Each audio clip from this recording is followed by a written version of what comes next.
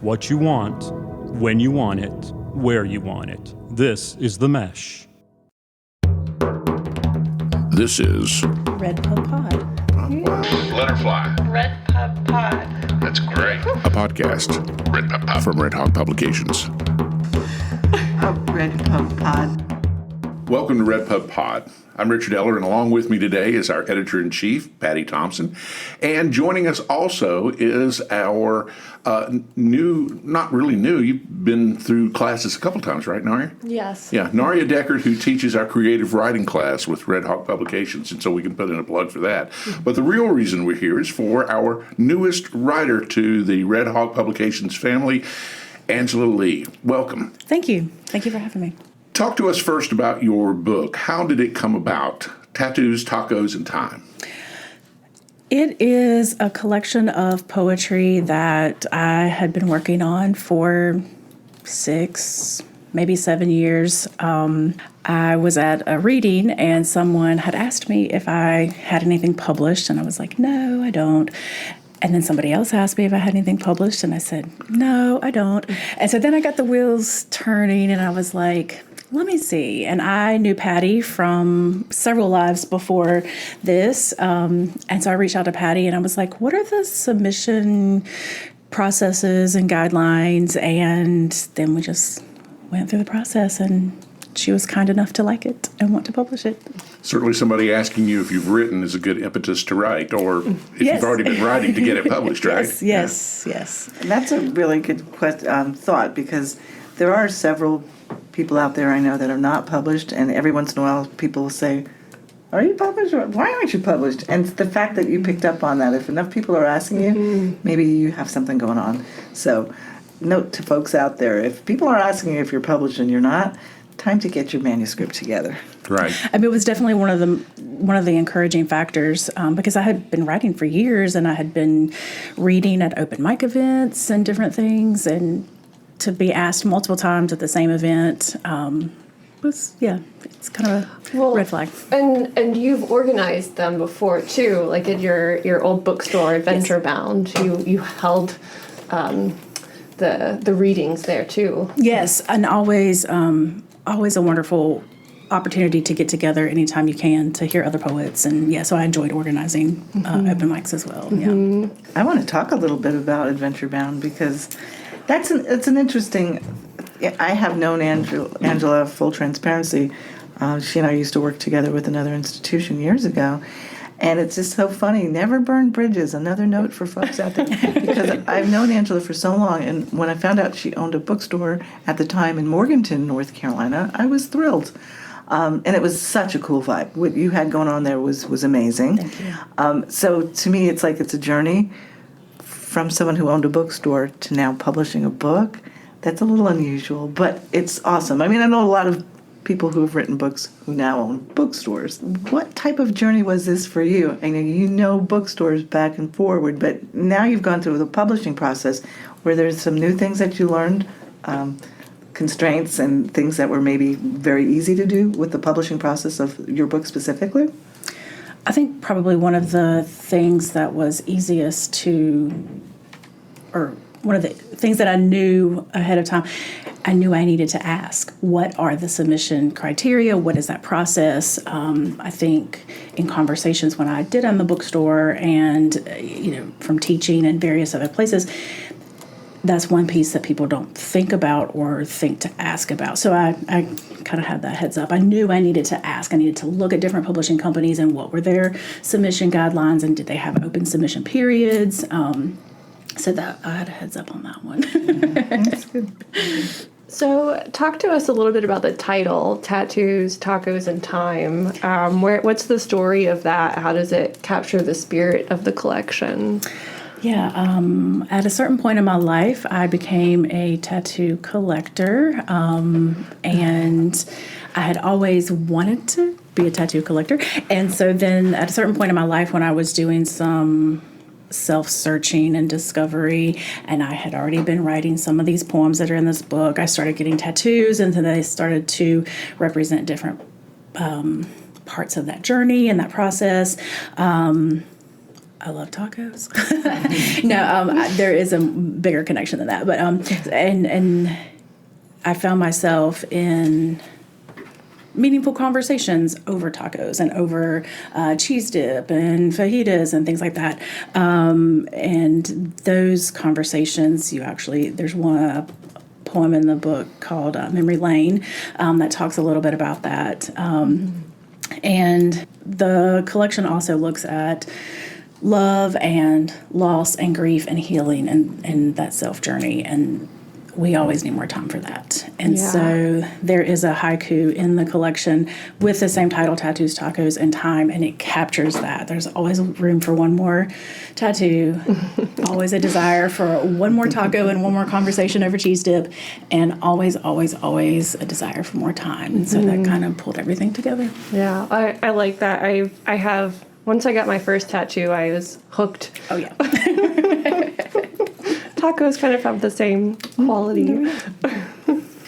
I found one of the things I enjoyed when I started to read your collection was it's a transformative journey. And I mean, I felt in the beginning, oh, she's finding love. Oh, this is wonderful. Oh, her heart broke. Oh my gosh, let me beat this person up. I mean, and then of course, the resilience at the end. I mean, it's our journeys. All of us, if we've been fortunate enough to fall in love and have our little hearts broken, it's universal. So to me, that journey that you went through, you brought me through it too. So thank you.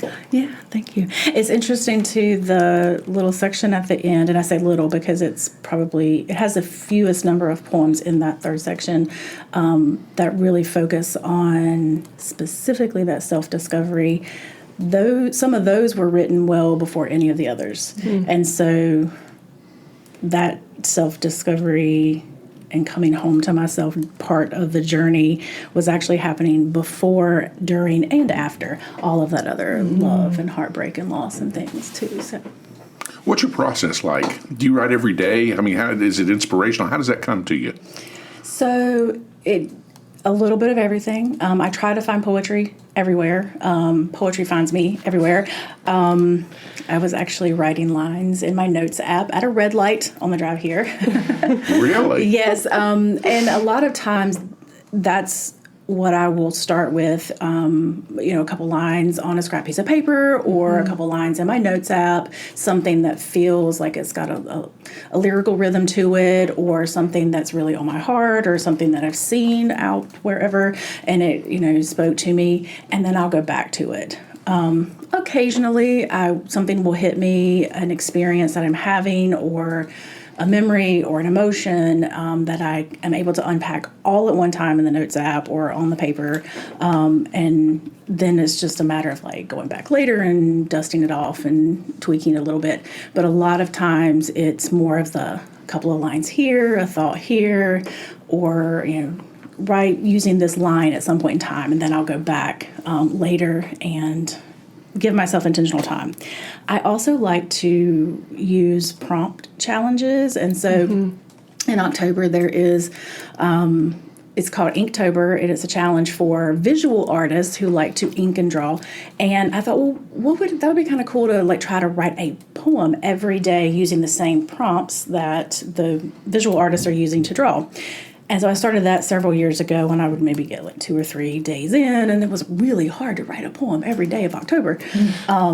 And then I was teaching 9th grade English for a period, and I was teaching them about poetry, and I was like, I need to branch out because I'm teaching them about haiku and I'm teaching them about acrostic, and I don't write them that much or that often.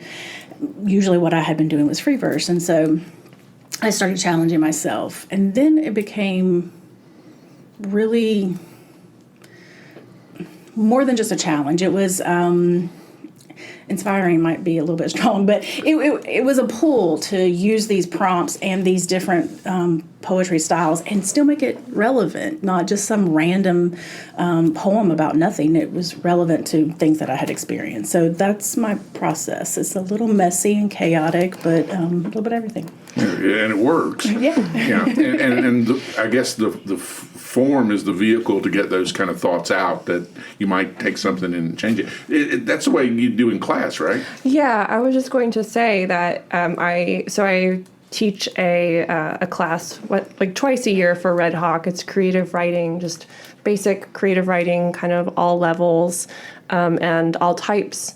And I find as I'm teaching that I end up exploring more along with my students because of, well, I'm creating these challenges for other people.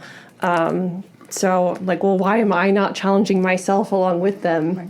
And it is easy to get into these ruts of just doing the same kind of thing over and over again. But I have found as well, like you were just saying, Angela, that the constraints of a haiku or a 14-line sonnet challenge the writer to say something in a way that they normally wouldn't say, and you end up finding more depth in that particular poem because of those constraints. Especially with the haiku, and you've got a limited number of syllables, but you still need to say the same thing because that idea or that topic, it fits. It has to be this, and so now I'm trying to be more intentional about how I say it, right? The words that I use, and still get that feeling and that mood and all of those things in the poem that you wanted to begin with. Yeah. Well, that makes me think of. So I wrote a blurb for the back of your book, and something that really struck me from reading your book is how it demonstrates this need to write poetry. So I was just wondering if you could speak a little bit to that. Just like how does writing poetry, even stopping in the side of the road or at a stoplight or something, like I need to write this. How does poetry help us communicate something that ordinary language, ordinary conversation doesn't? I think that poetry allows us to break the rules in a way that maybe journaling or other types of writing feel like we can't break the rules, or a little bit more rigid. So, I think poetry gives us that freedom. Poetry has helped me process and understand things because I'm having to think about them differently to put them on the page in a poetic form of some kind, whether it's free verse or haiku or whatever. I'm having to think about them differently. And I think that thinking about it differently to be able to write it as poetry is part of the draw, because it takes me out of everyday thinking or mundane thinking. And really, like, sometimes even if it's just a couple of lines or an idea that I'm writing down, but I know that it's going to feed this poem later, that can lift my spirits if I'm, having a bad day. And so there's this draw to write and create poetry because it makes me a better person, because I'm processing things and doing things for myself. I'm not sure that maybe that answers the question. Yeah, absolutely. Well, I'll tell you what I'd like to do is hear you read a poem. Okay. Because we're talking about all of the poems and how you've written in your style. Is there a particular poem you'd like to read for us now? Sure. That'd be great. If people could see this, and I'll have to take a photo of all the colored tabs in your book. So the colored fabulous. tabs, and I have my little key at the front. Purple tabs are love poems. Pink are a little spicy. Blue tabs are sad. Yellow focus on me and self-development. Orange are a little snarky or salty. Oh my God, that's fabulous. Categorized. So which color will you be reading? If I can find it. I did for like a hot minute in mine, and then I forgot. Okay. So it is purple. So it is a love poem. Okay. This is the poem that I was going to ask you to read. Oh, perfect. Awesome. Well, I was going to put my glasses on, but I think I can see. Okay. This one is called Jealous.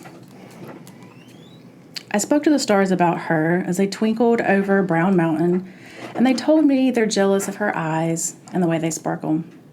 I spoke to the wind about her as it blew through the trees on the mountain trails, and it whispered solemnly that it envies how gentle her touch is and in contrast, how strong her will is. I spoke to the sunlight about her as it made its way across the sky to settle in the evening here in the west, and it confessed that it longed to shine as brightly as her smile when it lights up a room. I spoke to the ocean about her, and in each rhythmic wave lapping against the shore, it confided it is jealous of the depths of her empathy. I spoke to the songbirds about her, and in between their morning melodies and evening serenades, they told me they are jealous of the way her laugh is a song unmatched. I spoke to the winding river about her, and as it made its way along its course over mountain rock beds and through the shaded woods, nurturing plants and creatures all, it shared with me it's jealous of her and the endless way she takes care of those she loves. I spoke to the mountains about her, and as they stood stalwart along the Blue Ridge, they told me of their jealousy for her strength, the way she holds up so many. I spoke to the universe about her, and she was not surprised to hear that I found her in everything I saw, and that everywhere I mentioned her, I found my audience in awe. She is a woman, after all. Oh, love it. Thank you. That's got some interesting elements to it. I mean, you're talking about the specific and the universal, kind of all in the same poem. Is that by design, or does that just happen? Does the muse bring that to you? This was by design, so the idea, the muse brought the idea. I mean, it is inspired by someone, and the sparkle of the eyes and the gentle touch and the empathy and the strength are actual characteristics of this person. But I wanted it to be something bigger, because you meet people and their energy just takes up the space in a good way, and I wanted the poem to represent that it was bigger than kind of the normal or the natural, but while also being true to the muse. Very good. Excellent work. How long did it take you to write that? I would have to consult my notes app, because sometimes I'll mark when I started and when I finished.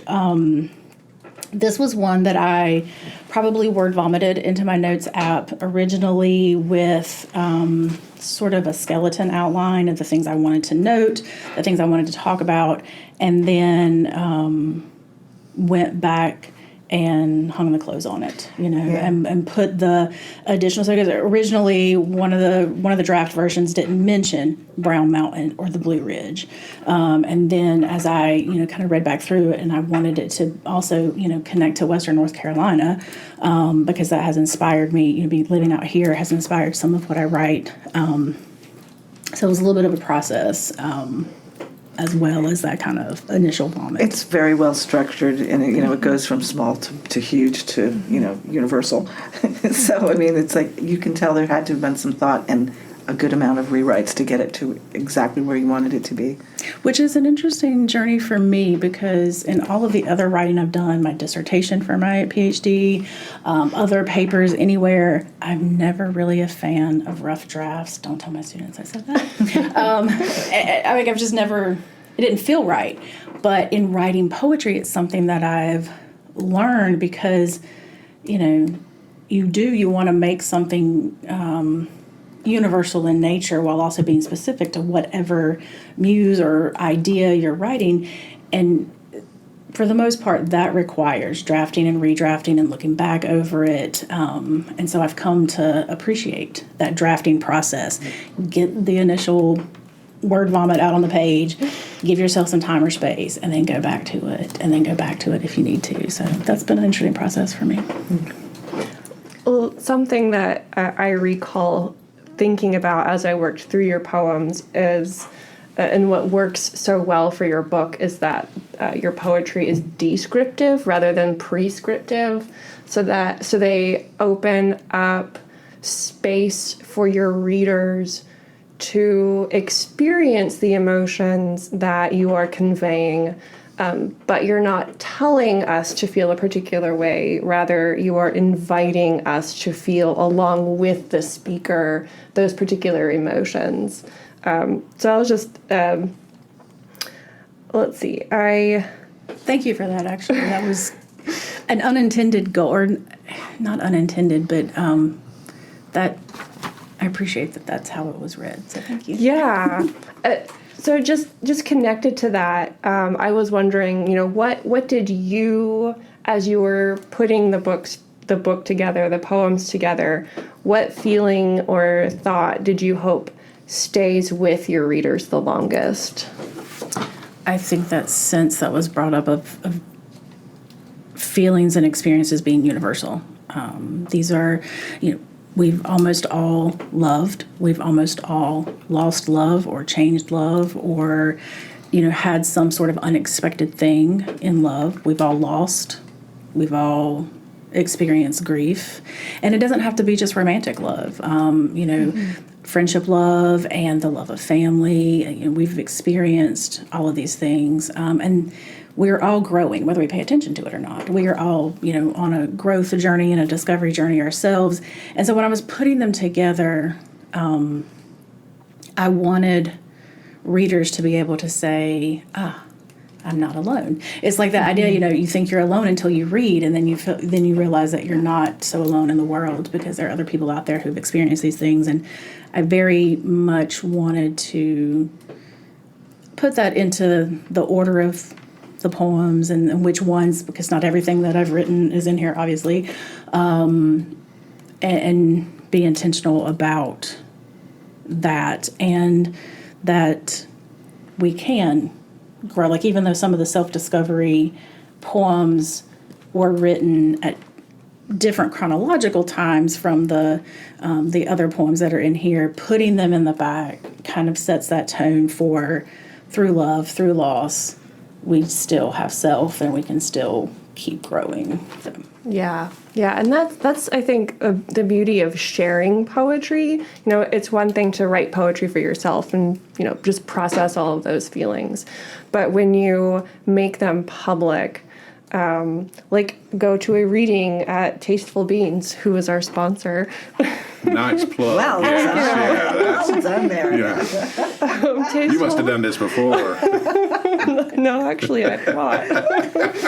Well, good instincts on that.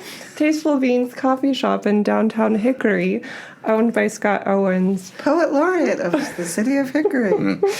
I have been to quite a few readings there, but readings anywhere, where one of the audience members will approach a reader and say, that poem that you read made me cry. Or just touched me in some way and the writer just, wrote the poem, and here it is. They've read it maybe 20 times out loud, and it was just in the right spot at the right time. So you just never know when your poetry is going to reach the right person. I think that's the beautiful thing about poetry and art in general. There's one meaning behind what the artist creates, and every single time a reader or someone in a gallery goes to look at the painting or whatever the case might be, every time someone interacts with that art, there's an added layer of experience and meaning to it, and I think that's what makes art beautiful. I'm just kind of curious, and since Nari is a published author as well, award-winning, I thought what I would ask you both is, have you ever heard other people read your poems out loud, at a reading maybe? No. Maeve Fox, she recorded one of my poems and posted it on her YouTube channel, I think, and she put it on Facebook. So that's, I think, about one of the only times I've really heard someone else read it. It was so interesting, just get that slightly different interpretation. Yeah, I could imagine it would be like a singer-songwriter who lets someone else sing their song. Doing a cover version, yeah. And bring something different to it. Absolutely, yeah. So that day will come for you, and it'll be interesting to see your reaction to it. How did you know your collection was complete at this point? Because one of the problems we have is writers who won't put down the pen. And so you've got to know that, okay, this is done. I'm moving on to the next collection, which it sounds like you're doing as you drove here. How did you know? Wow, that's a big question. How did I know? At the chance of, or at the probably sounding cliche, like I knew. Like it just felt right that this set of poems were meant to be together. And things were shifting in my own life and the things that I was writing about. And so as like the content of what I was writing shifted, it felt like it was moving in a direction that was different than what's here. And so then these were sort of done. Okay. If that makes sense. I mean, in a strange way, you categorized, whether you want to call it that or not, but subliminally, you had some unique three parts. Yeah. And you knew that these parts were done, and you were starting to write another part. So Yeah, and it's actually been wild because once I got the yes from Red Hawk that these were going to be published, it was this freeing feeling to continue to write the other things that I had started to dabble in, because I knew that these were done and these were settled and they were in their place, and it gave me this additional freedom to write in this other direction. Still more similar themes, but just different poems from a different time in life. And so, yeah, it was a little freeing to know that these were in their place.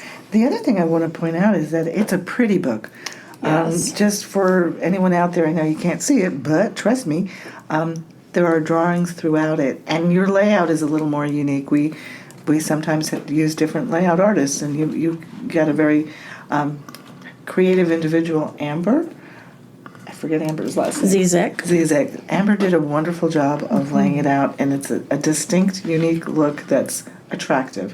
What was that process like for you, working with someone who was equally creative? Because she also made, like I said, the little line drawings are spectacular. Mm-hmm. And you'll just have to buy a copy of the book That's to right. see how pretty it is. What you're talking about? No, that was it was such a fun process because I met with Amber and I was telling her about the story of the poems and the journey and the why, and then I shared with her, a copy of them, and she had read through them, and then we met again, and then she was like, and it feels like this, and I see this, and it was like somebody reading my mind and turning all of my words into exactly the visual representations because I am not a visual artist. I cannot draw a stick figure.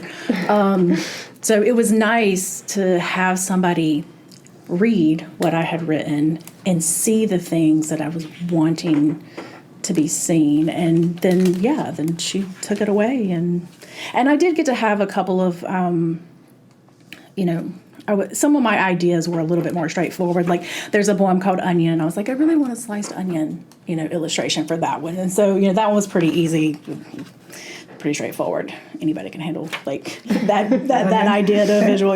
But then the rest of them, like some of the ones that she, all of them that she put where she put them were just, it just felt right. Yeah. Don't you love that collaboration? When you get in sync and somebody understands you and you them. Yeah, we must have been an interesting pair at the coffee shop, like getting excited about the words and then the visuals and kind of playing off each other in that conversation.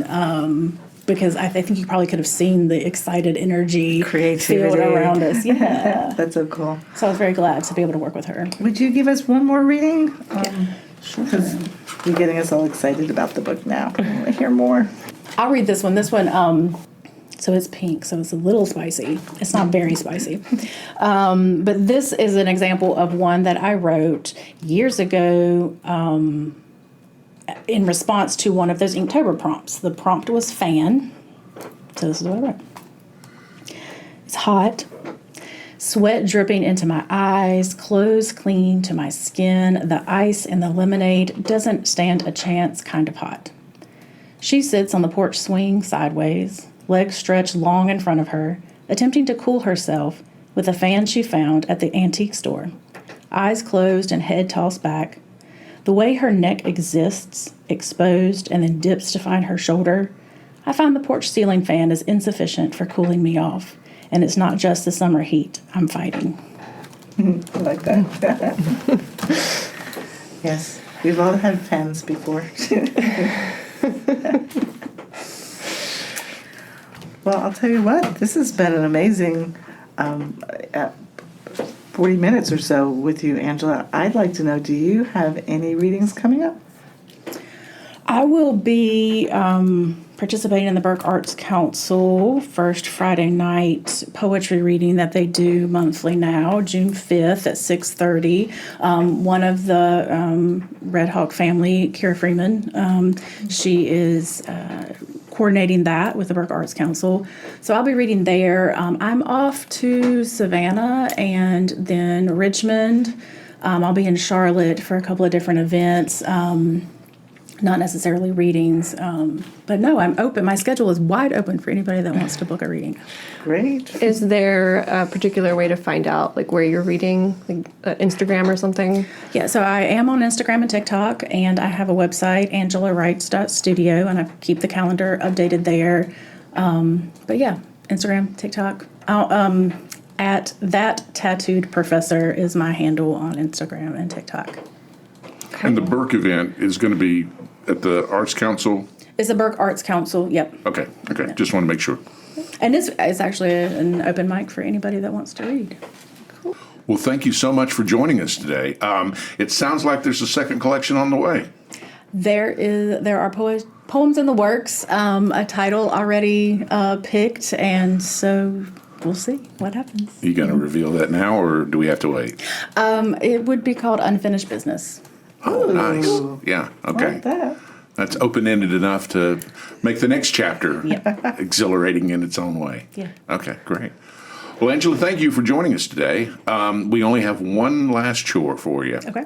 The name of the podcast is, I can't even do it myself. The name of the podcast is RedPubPod. A little tricky. Can you say it? RedPubPod. Oh, wow. Naria, what do you think? Should I try? If you want. I've been practicing at home. Right, same. Because I listened to In front of the mirror and everything so that you get the right inflection. Okay. Let her fly. RedPubPod. That's great. RedPubPod. I think the fact that we have more than 12 listeners is helping people realize they better know the name of this pod. If you come on the show, you got to That's stand right. to deliver. Yes, absolutely. Absolutely. Well, thank you so much for joining us, and we welcome you to the Red Hawk Publications family, and we'll see you back on another podcast when Unfinished Business hits the stands. Thank you. Bye. Bye. This is RedPubPod. RedPubPod. RedPubPod. a podcast from Red Hawk Publications. I've been practicing at home. Right, same. Because I listened to You've been listening to The Mesh, an online media network of shows and programs ranging from business to arts, sports to entertainment, music to community. All programs are available on the website as well as through iTunes and YouTube. Check us out online at themesh.tv. Discover other network shows and give us feedback on what you just heard.